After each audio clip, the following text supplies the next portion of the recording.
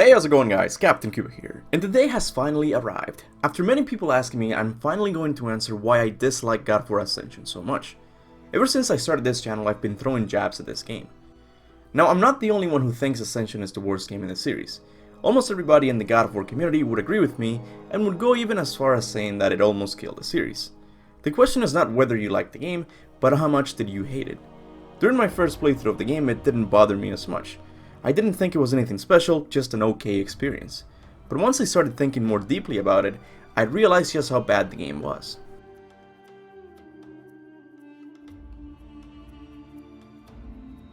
The first issue I have with the game is in the way in which the story was told.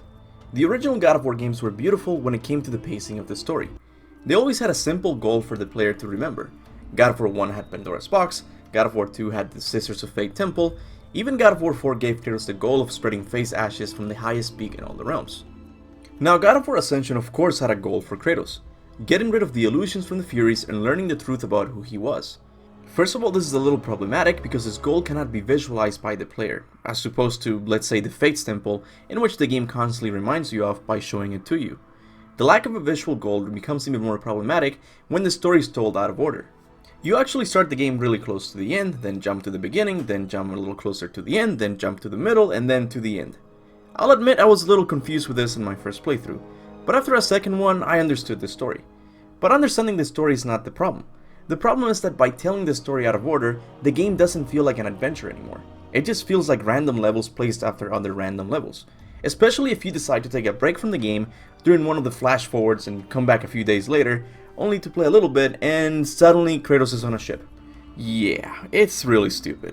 Imagine if in God of War 2 Kratos brings to life the Steeds of Fate and suddenly the game makes you play a flashback to when Kratos was a kid for 30 minutes, and then makes you return to the Steeds bringing the island closer. That's exactly how Ascension feels. And I know what some of you are going to say.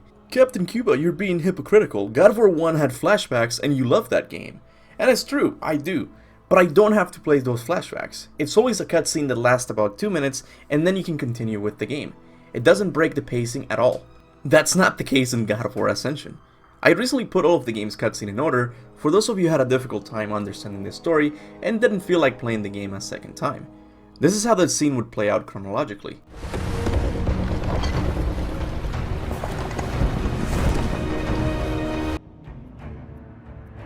The sooner we get past Delos, the happier I'll be.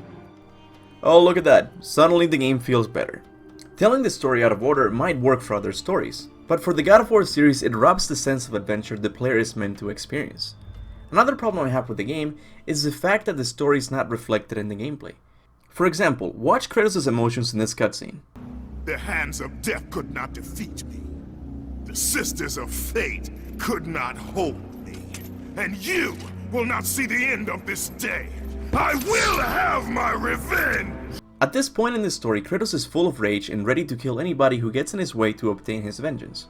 This attitude seen in the cutscene is reflected in the gameplay beautifully. The same cannot be said about God of War Ascension. Very early in the story, Orkos makes a big deal about Kratos not being able to tell what's real and what's an illusion. But these moments of confusion only happen during cutscenes, never during gameplay. This means that the game tells you about Kratos having illusions, but it doesn't make you feel it. Now, the really hilarious thing is that God of War 3 actually does a better job of implementing an illusion gameplay mechanic. After you kill Helios, you can use his head to stun enemies. But you can also reveal hidden chests, paintings that contain lore, and even doorways. Now, God of War Ascension has a similar item called the Eyes of Truth, or the Eyes of Aletheia, I don't freaking know. But did they do any of those cool things the head of Helios does? Nope! You can remove these black sludge thingies left by the Furies. You tell me which one is more fun to use. And it's not like God of War Ascension came out before God of War 3. All they had to do was play God of War 3 and say, oh wow, this illusion mechanic would make a lot of sense for a Kratos who happens to be suffering from illusions. Santa Monica should have taken inspiration from the head of Helios and added even more mechanics. Imagine if the player is walking towards a chest containing red orbs, but as the player pressed R1 to break it, the chest would actually disappear. Or say that the player needs to cross a bridge, but when he steps on it, he goes right through and has to fight a group of enemies below. You remember that cool Easter egg that they had for their sci-fi game that got cancelled? Wouldn't it be better if the player had to use the Eyes of Truth to reveal the actual image? If the game had mechanics like these, then cutscenes like these would make a lot more sense. How can I defeat the Furies when all I see is illusion? Okay, so God of War Ascension didn't innovate the mechanics of its gameplay, but at least it kept everything that made the original God of War games memorable action-adventure titles, right? Nope! And this is the thing that makes me the most mad. Sure, the game did a couple of good things, like minimizing QuickTime events with these interactive minigames in which the player has to dodge and attack an enemy without failing. Also, the fact that Kratos could fight enemies with his bare hands was a really nice addition. And lastly, the Stone of Orcos is one of the most fun items to use in the series. But everything else the game tried was a step in the wrong direction. Let's begin with the classic Rage meter. Every single God of War game has had the ability to build up a powerful attack by killing enemies. Every single one. The only ones that decided to do things differently were Ghost of Sparta and Ascension. In Ghost of Sparta, Thera's Bane was simply too overpowered. But Ascension's version is downright useless. You build up your Rage meter by hitting enemies without getting hit yourself. But this is almost impossible to achieve, especially when you have to fight 20 enemies at a time. Whenever I was lucky enough to get the Rage meter, I would simply transfer the fire to another enemy and do some damage. Next was the lack of weapons. Once again, every God of War game has had at least one side weapon. Ascension is the only one who took the lazy route and added different elements to your blades, which, let's be honest, they're not as fun to play with. Next is the camera angles. Once again, every God of War game had these awesome zoom outs to show the player just how powerful Kratos was, or give them a sense of adventure. But it was always done in a way in which the player never faced any kind of threat. That way they could actually enjoy the view. God of War Ascension had those camera shots, but most of them made you fight enemies as they were happening, making it almost impossible to see. Okay, see, this is where the camera is gonna get really annoying. I'm not looking forward to this because I know I died a bunch of times. See, look at that, see, the camera pulls out and you're still fighting a bunch of enemies. Come on, Santa Monica, come on. I'm getting tired of talking about this game, so I'm just gonna list a few more things I hated about the experience.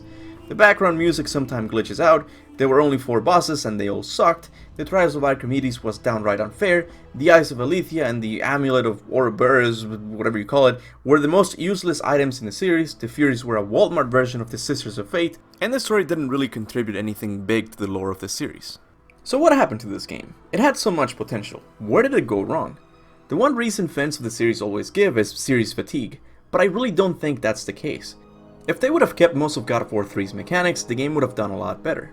Sure, it wouldn't have been innovative in any way, but it would have been a good enough game. Instead, I think the issue came with the addition of multiplayer. I've recently gone back and watched all of the developers' diaries found in the game, and I get the feeling the director was more interested in the multiplayer aspect of the game than the single player itself. I am excited for multiplayer. My day normally is comprised of meetings after meetings after meetings, but at night, from 5 to 6:30, I get to play multiplayer. Let's look again at the issue of the lack of weapons. Technically the game did have weapons, but they were the ones used for the multiplayer. This makes me think that Santa Monica focused more on the multiplayer than it did with the single player portion of the game, which should have been the other way around. Now, don't get me wrong, I played the multiplayer for a couple months back in 2013. Choosing which god to align yourself with and making your own Greek hero was fun enough. But the lack of people playing this game in 2021 hints at the possibility that multiplayer doesn't belong in a God of War game, making the team's effort in it almost pointless. But in a way I have to give my thanks to God of War Ascension. Like I said before, this game almost killed the series. This was rock bottom from Santa Monica Studios. If it wasn't for this game, Cory Barlog might have never felt the need to come back to the studio and revitalize the series in a fresh new way. And boy are we thankful he did. So from the bottom of my heart, Ascension, thank you for almost destroying the series. Will I ever play you again? Never again. Now I know I've roasted this game pretty hard, but the truth is there are still worse games out there. God of War Ascension was simply misguided, so if you fell in love with the series through Ascension, I'm not gonna ridicule you. As I've said in my playthrough, God of War Ascension still has the God of War DNA. As opposed to other game series, boy would I love to roast you, Assassin's Creed. Anyway, if you disagree with my review of this game, make sure to let me know in the comment section below. If you actually agree, just let me know as well. As always, I want to give a big thanks to all of my awesome members for their monthly support of the channel. People like the Mobile Brothers, Eric Skold, and Abstract2, to name a few, are the main reason I can stay home and work in these videos. I would also like to thank everyone who has super chatted in the last couple of days, especially Mason72. Dude, you have been more than generous during my Assassin's Creed 2 playthrough. And lastly, I would like to thank all of my loyal subscribers for liking and sharing my videos. And with that said, thank you so much for watching, and remember, go forth in the name of Ragnarok.